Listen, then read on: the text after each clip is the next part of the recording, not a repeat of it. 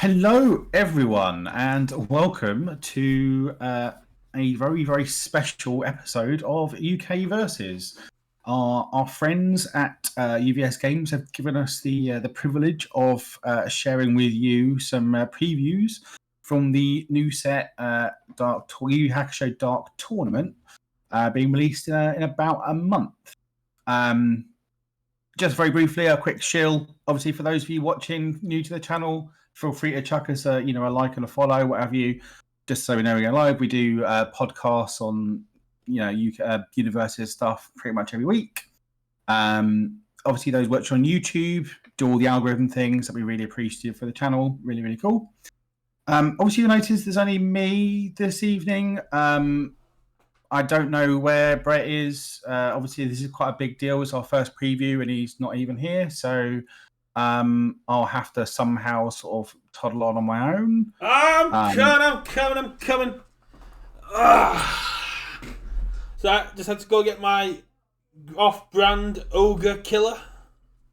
Oh, there he is. So what are we doing today, Richard? Well, we have the second character up after the University Academy showed theirs earlier today. And, you know, what Mr. Brett there may be giving a hint to which character we're previewing today and his kit. After he's downed all that thing. Yeah, ogre killer! Let's go! Feeling better? Yeah! Good. Well, Mr. Brett, Chew Pendragon. The Chew we have at home. Yes. Let's see the real Chew, shall we, for all those viewing along with us. And obviously, thank you very much for watching. Yes, so we have been graciously given Chew by the powers that will be. Chew is my all-time favourite character from the Dark Tournament arc. I am absolutely loving this man. He is such a god. I did watch the dub, so I got the gorgeous Australian accent. And in a set of where we were advertised lots of 7-handers, we've started off with 2 5-handers. And Chew is a 5-hander with 32 health with Enhance. If your non-throw attack deals damage, commit and flip 1 rival foundation. Response before your rival's ready step. So before they do anything. Draw X cards and discard down to your printed hand size. X equals the number of committed foundations in your rival's stage, maximum of 5. He is then importantly, so go on. Yeah, and he is an Earth, Fire, Order character. So cool! Yeah. And importantly, obviously, he is part of Team Rokoyai. Roku Yukai. Roku Yukai, yeah. He is the leader of Team Roku Yukai, but also an alternate due to a rock, paper, scissors game. But yeah, for my first initial takeaway was, where's his team leader status? Yusuke got one. He should have one. But as hyped as people were for Deku 4 when he came out and he was immediately able to draw 3, people know I love my Lock and that ability to just draw up.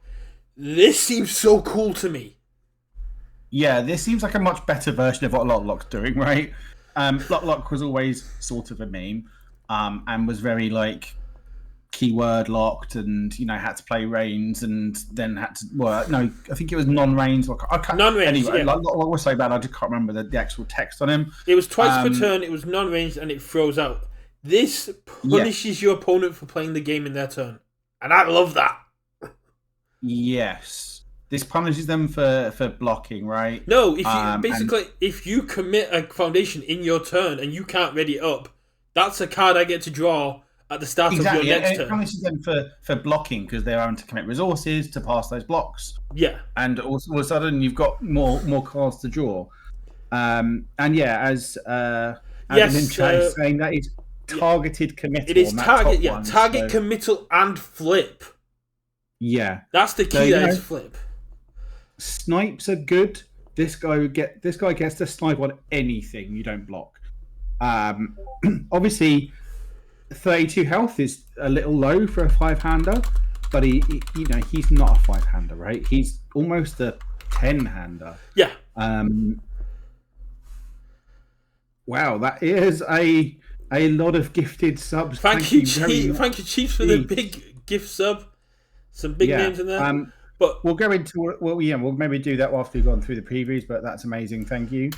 But yes, so back to Chew. Yeah, I mean 32 is quite low, but you are also drawing a lot of cards.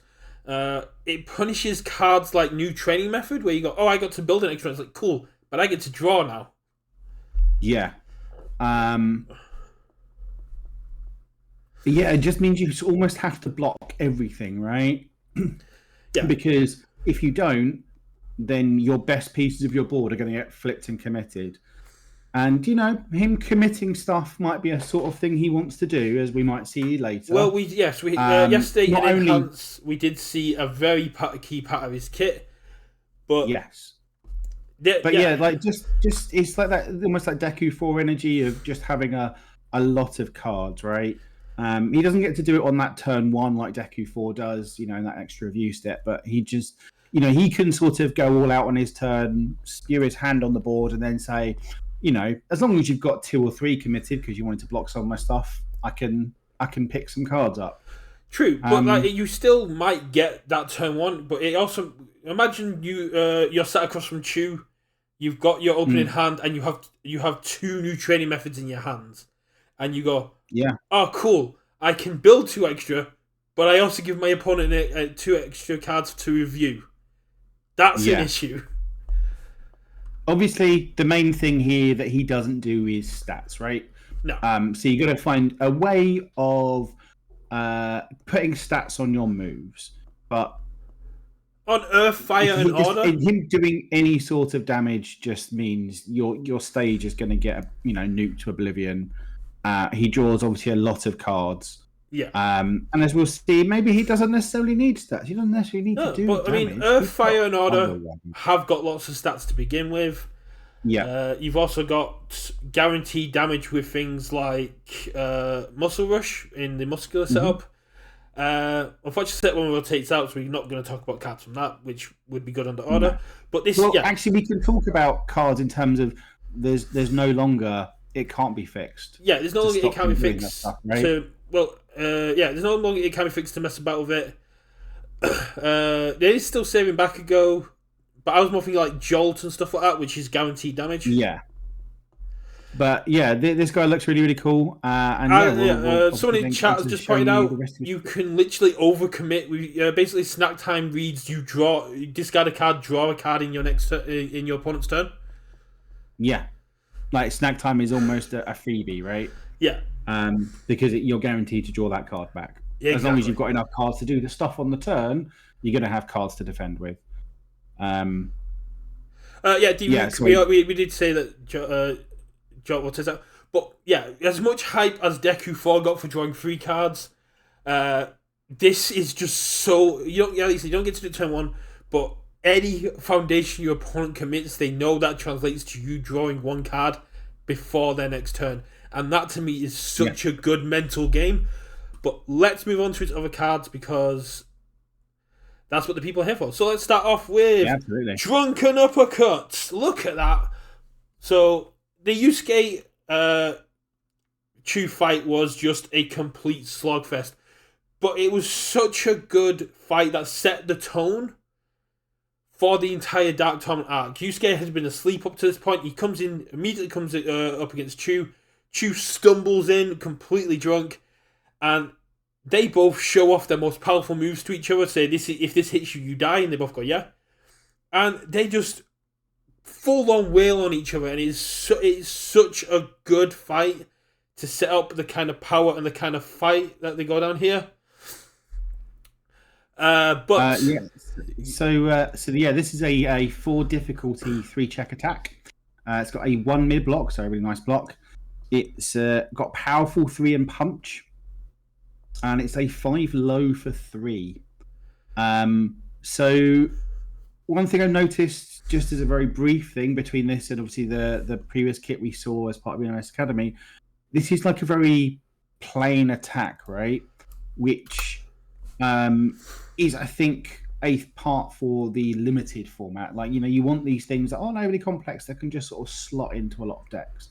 And this being one of them. And this is just like pretty well statted for a 4-diff. Like, it's a low, it's got 5 speed, it's only 3 damage, but it's got the powerful. And means that, if they want to block this, they're going to have to come out for it. Otherwise, you're going to flip and commit their best piece. That's exactly it. It's a poke card. It's a draft card, as people in chat are saying. But it's a powerful card, so it's a good late game card. But it's also with Chu as your character. It is a block this and commit down, or don't block this and I flip something. Because at 5 speed, at 5 speed as a low, there's not too many 0 low blocks. Not including the new Cowboy Bebop one. You kind of have to go, I'm going to lose something, or I'm going to let you draw. It's not great early on, but once you start getting that momentum up, once you start get going, and because it shares symbols with people like Bowie, Muscular, it's also going to have some massive impact once you win those guys. Yeah, this is a good early poke for, I'll take my 3 damage, I'm going to commit one of your things and flip it, and I've now got some momentum. So then the second one is now a 5 low for 6, Yeah, so it's only a common, it's a well-stated common with a 1 mid-block as well. Yeah, it's just like a nice simple card. It does share it does share symbols with Bluey. Bowie. Let's move on to. We were pre-warned that this was going to be a spot before us, but when we got to, we were told he was the most requested character for everyone to have. But move on to the ultra rare Knife Edge Deathmatch. So, for those who didn't watch the anime, this is the climactic moment of the fight. This is where they're both outpowered. They've both launched their biggest attacks. They both got knocked down. They stand up, and they both admit they're out of power. They've only got their pure strength left. And Chu pulls out 2 knives and goes, stand there. Puts a knife down, walks arm length away, puts a knife down and goes, this knife is your life. We're going to stand here and we're going to punch each other till someone goes down. You can't back away because the knife will cut into your foot. First person to goes down forfeits their life. And then there's about 5 minutes of pure tension as the crowd are screaming for this to go ahead as the Dark Tournament Committee review it. And initially they deny it and go, no, you just got to punch each other. And then mysteriously it gets overturned. And we get the Knife Edge Deathmatch. And it is just literally both of them holding hands, smacking each other repeatedly until someone goes down. And it is such a good climax to this fight. And it kind of shows how honourable even demons can be in this fight. I love it so much. It is a 5 cost, 5 mid for 5 as a free check, 1 low block. We love our low blocks. If you took damage last turn as an enhance, this attack gets 4 damage, and Chew enhance. If this attack is not blocked, your rival has 8 or more committed foundations, you win the game. And he's got a cheeky little stun one. He's got a cheeky little stun one as well, yes. So yeah, this is obviously the alt win condition. It's sweet, right? It's really, really cool. It's giving me Fourth Kind vibes. Yeah. Like, Fourth Kind was very much, if you ever overextended and got into his territory for his once per game, quite often he would just kill you at that turn. It's not as... And this is... Yeah, I'll let you finish. This is very similar in that way. Like, obviously it wasn't just, Fourth Kind wasn't just a I win the game. But often it was he'd play enough indiscriminates that he did win the game. This is, if you can't block a 5 mid 5 on the turn, then you just lose. Yeah. And getting to 8 or more committed is going to be tricky with a 5 diff, right? Unless you've got ways of cheating this out late in your string where they've had to kind of, commit out to block your stuff. So and obviously it's got the stun one, so you only need the 7. I do kind of agree with Andrew that even though it never shares a symbol with Yusuke, it should also be a Yusuke enhance. Mm-hmm.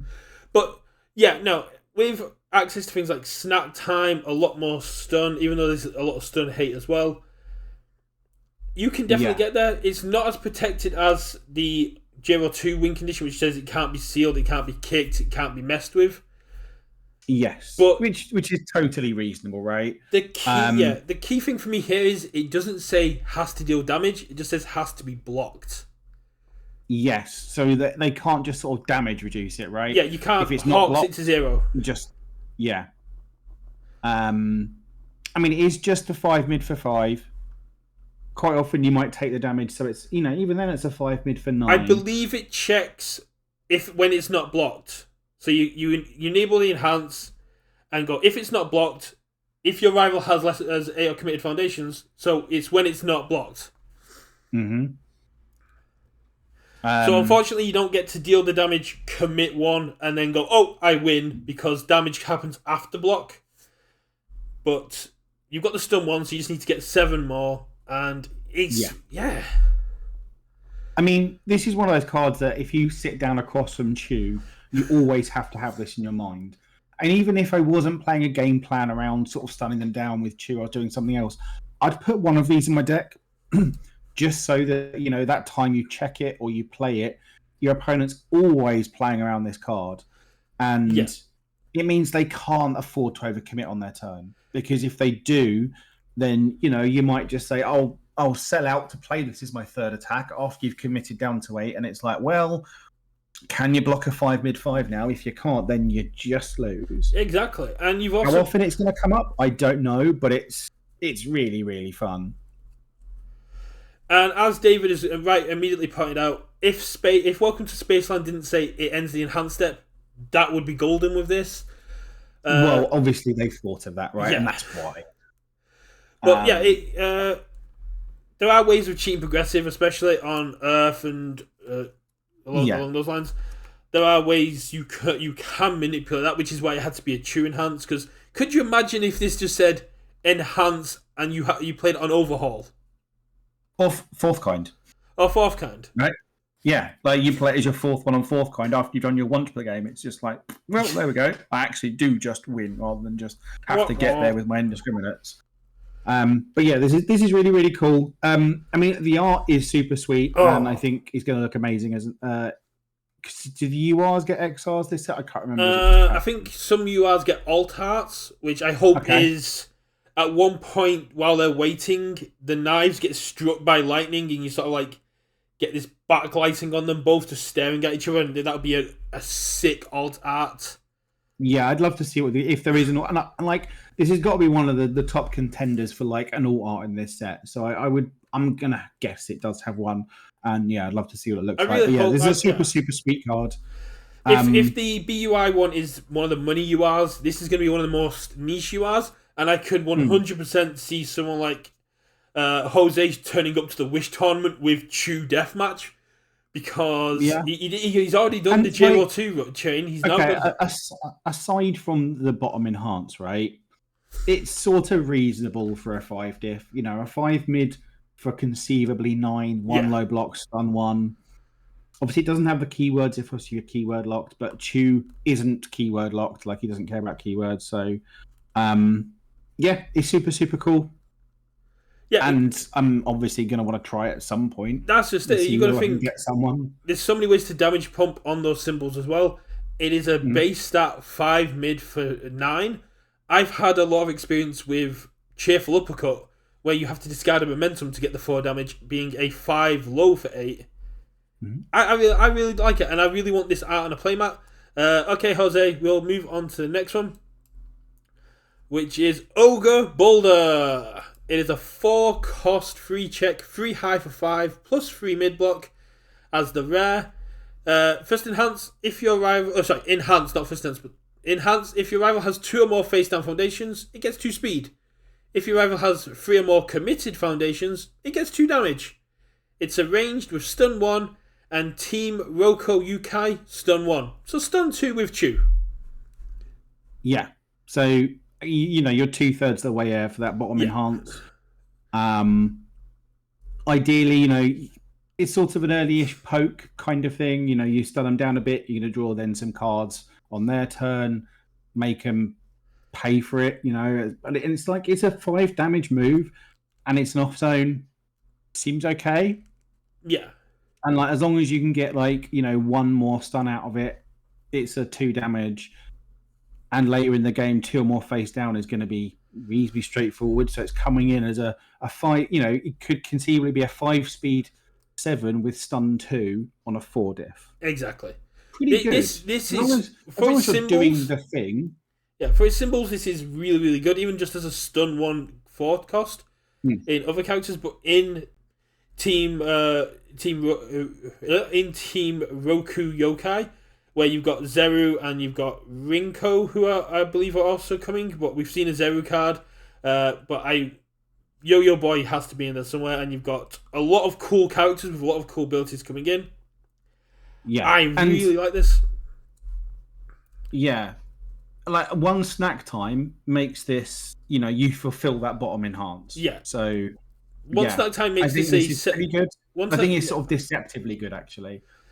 If you throw as your second attack and they've got one face down, you've got one face down. So many things have a flip cost, especially if you go up against like Ochako, Overhaul. You're gonna have that boom in there. If you go up against BUI, you're just getting that 2-speed no matter what. Yeah. But yeah, no, I really like this card. I think it's really cool as a rare. It's a shame that we don't get XRs anymore, because I would love to see a full art of just the yeeting of the ogre boulder. Yeah.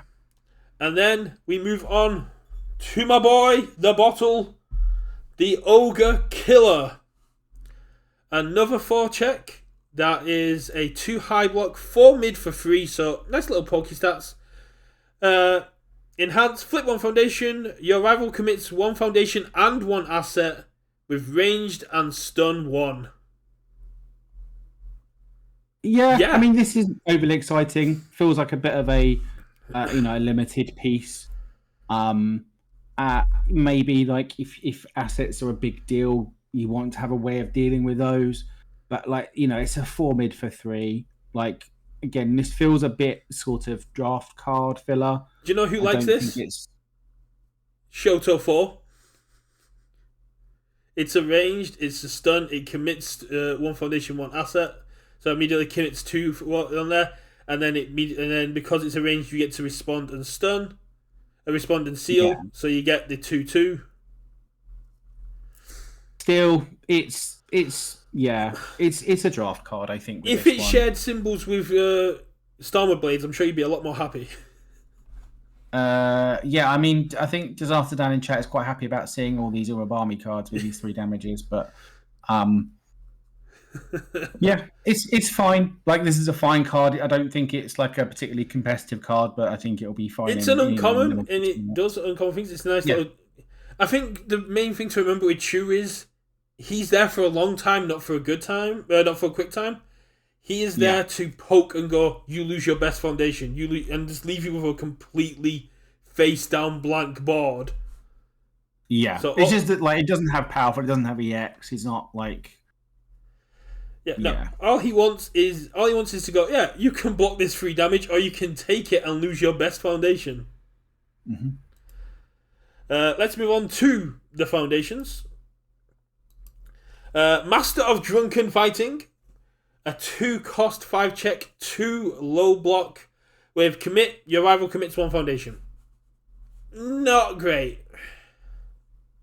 It's okay, right? I mean, if it was targeted commit, I'd be much more excited. Targeted commit's probably a bit too good for that, but just on a 2 diff for just commit for stun 1. Sure, it's got a low block, but I'm not into this one. Just as this again, it might just be a.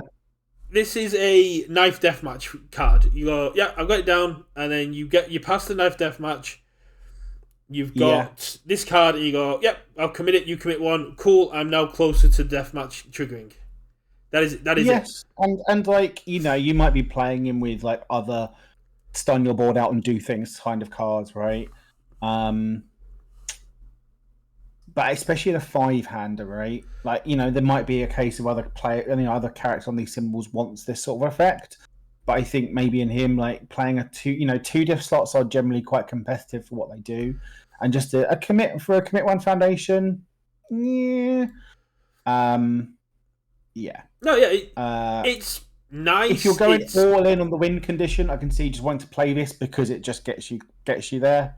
But yeah, it's nice. It's cute, but I don't think this card might see some draft and limited play, but it's probably not going to see much competitive play when there are better 2 diffs. But I like the art. It's got like a cheeky, cute little chew face. Yeah, and if you're desperate for low blocks, right, you might want to slot it in just because it sort of does the thing you want to be doing, right?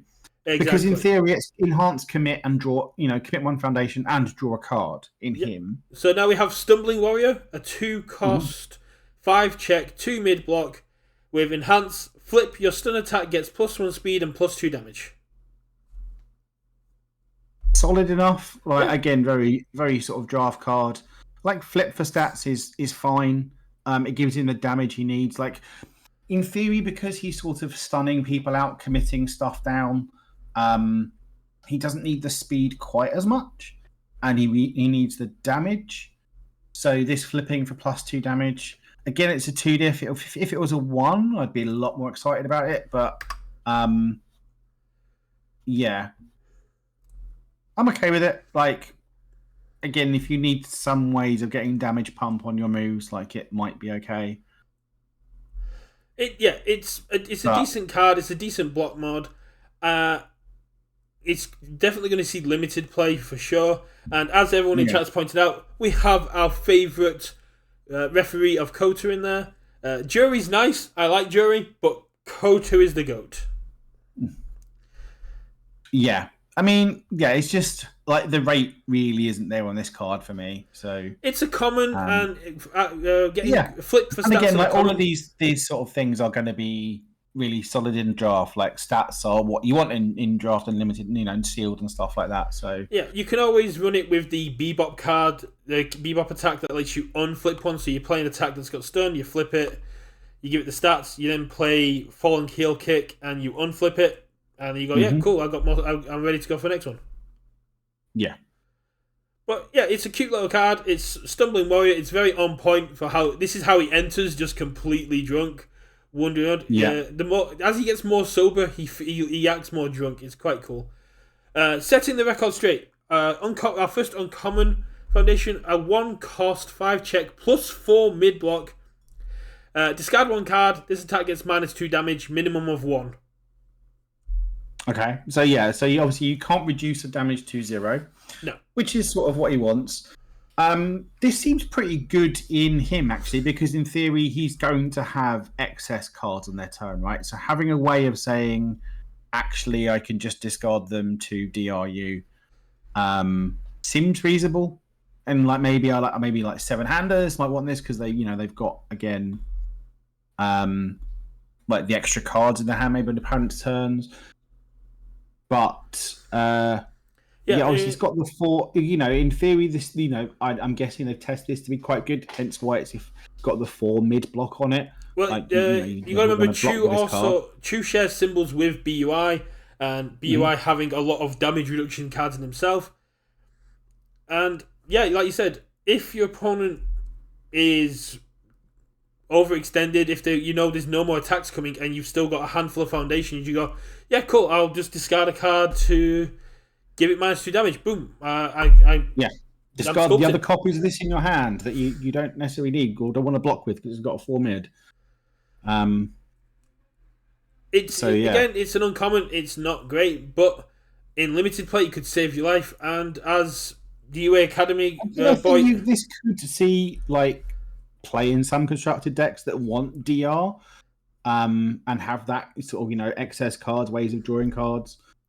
Because it's a 1 diff, so it's a bit more. You throw this into Gentle Criminal for +14 X check on block. It's a cute little card. I really like it. Again, love the art. Love how that comes out in the fight where he's literally just setting the record straight that he is the captain of the team, but because they played rock, paper, scissors and he lost, he was put into the alternate role. But yeah, if you combine this with the BUI stuff that the UA Academy boys spoiled, that's a lot of damage reduction currently out there. Yeah. And last one, we have the Roku Yukai Huddle. This is the Rare Foundation. It is a unique ally. 2 cost, 5 diff, plus 2 high block with Enhance, Commit, Discard Momentum, mill 3 cards, add 1 stun attack milled this way to your hand, and a Team Roku Yukai response. After your rival commits 1 or more foundations due to your rival effect, this attack gets +1 damage. And important, it's got the ally unique, and if you look, it's got that 4 symbols at the bottom. So obviously indicating, guessing we can guess that at least one of the Team Ryukai is going to have chaos. Yep. This one seems solid. Like, it's just a damage pump. I guess it's got unique, so you can't just stack them up. So stun 1, get 4 damage. But you've got to remember with cards like the Ogre Boulder, which has got 2 instances of stun 1. That's 2 instances of +1 damage. Yes. So again, it sort of leads into the thought, like Zehul is saying in chat, that the rest of the Team Ryukai is probably going to be based a little bit around Sun to an extent, because it's a Team Ryukai response, not a Chu one, so it suggests it's going to have to be the entire team. Enhance, Commit, discard momentum for mill 3 and add a stun attack. Hit or miss, right?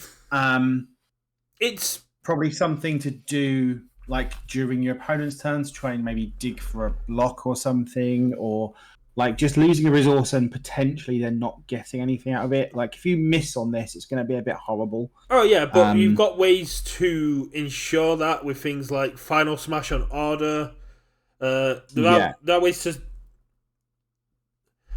ways to stack the top of your deck with under these symbols, and it's a way for you to look for the knife edge fight. It is. I absolutely love this because of that response. You like, all these attacks are low damage attacks. You get this down, and that damage starts to rapidly jump up. You get snack time down. Like I said, most of the attacks got stun 1. You give an extra stun 1. That now translates to more damage. It is very, very cool.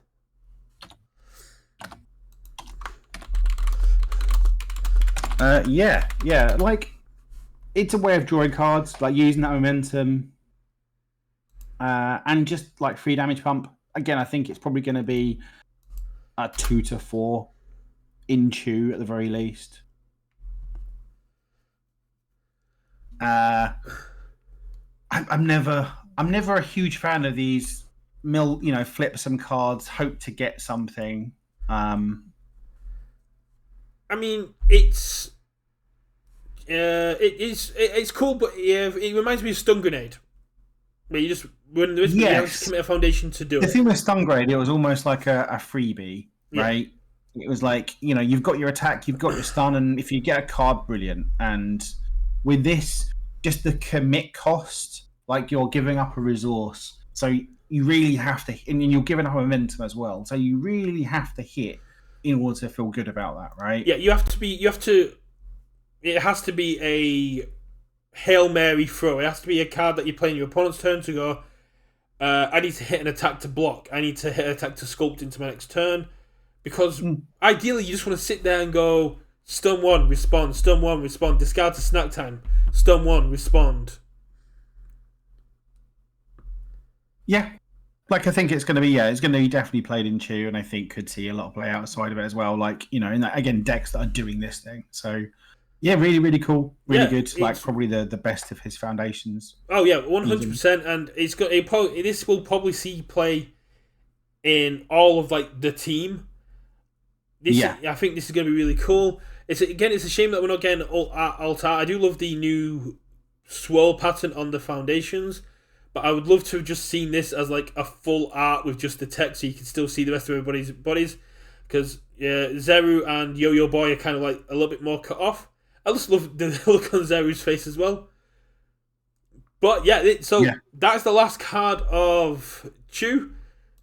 Big thanks to the 45 people sat here watching and have called us out for taking our time. I cannot express how much I love Chew. The moment we were invited by UVS, and we were very surprised to be invited by UVS, I immediately said, can I have Chew? Chew was the most demanded character, and they gave him to us. I do not stop talking about Chew a lot. He is a beautiful man. I just want him to hold me and tell me everything's okay. And the fact that he's a potential 10-hander was just so cool to me. Richard, I mean, you were Lock's biggest and, quite frankly, only fan. So, this is doing a very, very similar thing. So it doesn't surprise me you're a fan. But yeah, no, he's going to be cool. He's going to be interesting. And just see how going to work with that rest of the kit and the rest of the team Yukai. I'm going to keep mispronouncing it. Roko Yukai stuff. Because they're all going to be stun-based, so I'd imagine there's going to be a lot of crossovers in those kits, and see how the rest of that stuff as we see the rest of the reveals. But I like that as well. So yeah, thanks to UVS Games. It's going to be really cool to see how Team Toguro, Team Roko Yukai, Team Urameshi, how they all sort of synergize with that particular thing. Because this team aspect's really cool. And like I said, if it's all going to be control-based, we've already seen the one check from Zeru, which is really cool, and it's based on stun. Whenever they play enhance, they commit a foundation. So yeah, but I mean, it's a one check. I'm going to build a deck around it at some point. Exactly, but I just love this. I love the fact that it goes. My attacks are so small, you don't want to block them, but if you don't, you're going to lose your best foundation, and at any point, you could lose the game if you check poorly against my ultra rare. Yeah, or you go too hard on your turn, right? Yes. And then I can push on my turn. And you can push as hard as you want until you hit 8 foundations. Then you've got to slow the train down a little bit because Chew comes online. Yeah. And then he can start pushing on his turn, and it's like, well, do you want to block stuff and potentially commit out and lose to my ultra rare, or do you not want to block stuff, in which case I'm going to commit and flip him anyway? This guy has no deadlock in his kit. I'm building 50. That's fair, Andrew. You can't. I know we can't start, but at the moment you commit 8. The more you commit 8, he can get you there. But yeah, as Andrew said, there's no deadlock in his kit. We'll see what deadlock comes in. We know. I imagine there's going to be some in the rest of the team, right? Exactly, but it's more. You got to think for sealed play. How much is there going to be on his symbols? But I like it so much. Like I said, the rest of the kit is cool, but it feels very Bakugo for kind of like you have to play his kit around him. Yeah, but I think there's a lot. That's obviously a design direction they're going with a lot, right? In terms of kits being quite insular. Ancient Winters comes in saying, "I'm never building it past 7 with this guy." It's like, that's fine. You can just take my 5 min for 9. Damage then. But yeah, big thanks to UVS for sending us this. We were so hyped to get it. It's been great to set up for this. I didn't have the guts to shave my head and I tried dyeing my hair, but I didn't have the guts to shave my head and have the full mohawk. But yeah, I mean, that's fair. I mean, there's committing to a piece and then there's really committing to a bit, Yeah, and you've got to think, we've had 2 characters that basically say, when I damage you, I get to do stuff. And they're both 5-handers in a set which said is going to have the most 7-handers they've done in a set so far. Yeah, so we'll have to see what the rest of those reveals are like. I am so excited to see where it's going. After seeing BUI, after seeing Chew, I am so pumped to see where this set's going. I can't wait to see the rest of the team. And it just makes me, again, I wish at the HLC we were doing a preview of this set. I want to get my hands on these cards now. After seeing how they look there. Seeing reveals at the HLC, right? Yes. So it's going to be a... I cannot wait to see them in person. I can't. If they do the team leaders as Chromes, that'd be really cool. But I think it's just going to be the 4 main boys that get them. No, there might be a true Chrome. Oh no! I've just got a Dabby Chrome. I can't afford to get a True Chrome. Don't do this to me. That is suck up. But yeah, that's the cards. Head out onto the social media. Head to Discord. Talk about the cards. I'm going to be going through. Let UVS know how well we did. So we can get some more for goal power and hopefully for the critical role as well. Yes, absolutely. Yeah, I think if they had the I was talking with Pippa about this. If they did a preview at the HLC and was able to crown the first Wish tournament participant at the HLC, it'd have been very cool. It's just working it in around the LCQs. It's more that it's the Hero League Championship, right? So it's very My Hero branded.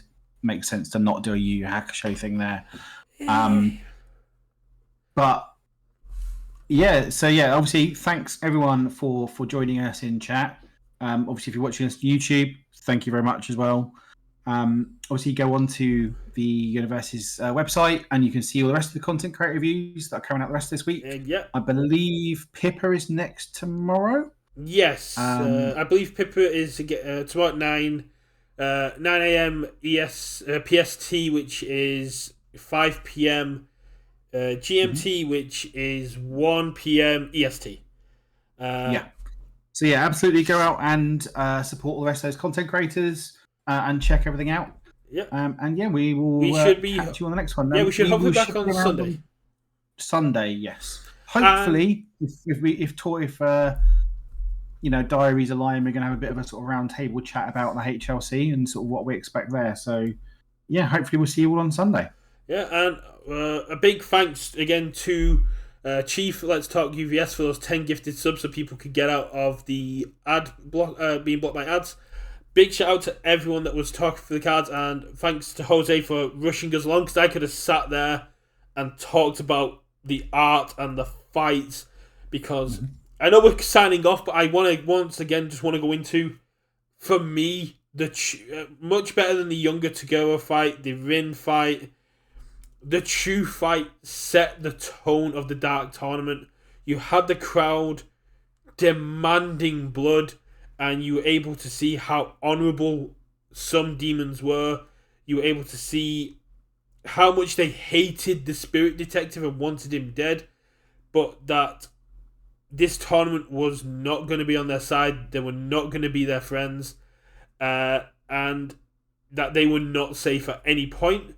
But that the people they were going up against were just fighters like themselves, and they were in there to prove they had everything they could take. And it was a great way for Yusuke to show off his training. And I need to go watch it again now. So we're going to go. Thanks everyone for watching, and I'm going to go watch that fight again. Yeah, have fun with it, buddy. So yeah, thanks everyone, and we will hopefully catch you on Sunday.